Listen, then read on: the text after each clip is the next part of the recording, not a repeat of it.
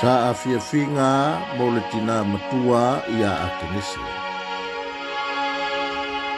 E o le la folau i le pito whanua o le siupapa o tapanga ua malepe ta ale ale. Ai ua ngau i le tōlonga na tiu i le tafola o asuisui. Le foe folau i le soanga o matagi vale.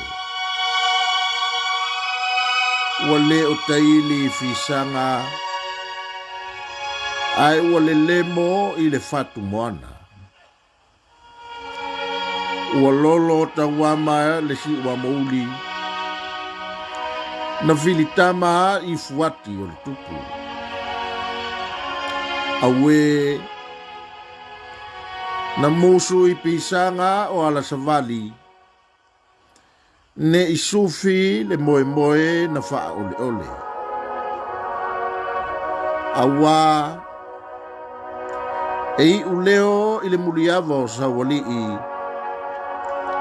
Ai taula i le vaaui o tupu na i le folasa. Talo fae i le silianga le tina matua. Ia a kenese taito se wava ka peli tu yavi i skelen. Ua faato fa mai. E ua fao le atulangi. Ina wala lafo ile ele ele no noa na ya tuao. Ai ole fetu na isi vasa. Waseleia ele pouliuli. Wale malamangi ai fale ulu. Ole maota e lilifa ila langosa. Ai ala ile fou fou ta.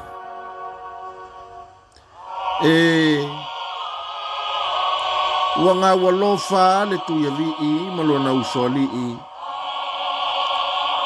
Ona ua mangoto le apangatele. Ole au ngā whaapae na ia whaasua i le alofi o tupu. Ua mamulu le taafi na ipou le a. Na tiwai valai ma le tauso. Ua leilo atu le apangatele i le atuvasa o atua. Ua taui le tausasulu lo lau whanua. Le susunga i le maupu i asua. Ua le mamate fale ulu. Malona lauti na lau lelei i asale au mua. Ua mamulu le fue na ngangana i le fale lua. Ua sola le sauta maitai o le tupu i ale apangatele. Dalo fae. Ile tina i ale apangatele a kenese taito. Se wava ka peli tu yavi iskelen. Ua e faato fa mai. Mai le matamatangi na angi fisanga i lau whanua o le tuyatua. Ua fuli mai lo tua. Ua lua ngoto fatasiatu maleala o le la. Sio a inga pele. Iona suli mauna feoi. Ia iai le nganga o le li. O la ke viso. O te tuina atu ia te outou lo manuia. O lo manuia o te avatu ia te outou. O te le avatu ia te outou whapei o na avatu e le lalolangi. Aua le atu atu vale o tau loto. aua fo'i tau te matau.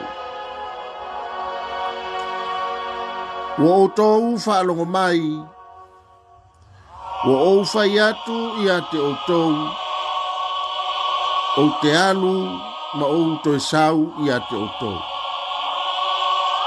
Ana o tau alolofa mai ia te au, po ua o tau oli oli o te alu atu ili te maa. Awa e sili lo utama ia te au.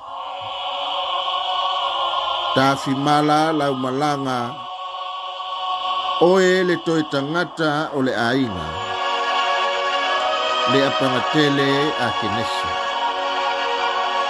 Alo faanga, mailo ainga iti avea, ia le pata. Manuia lau malanga. Soifua, pui fatu, pati, Yohana.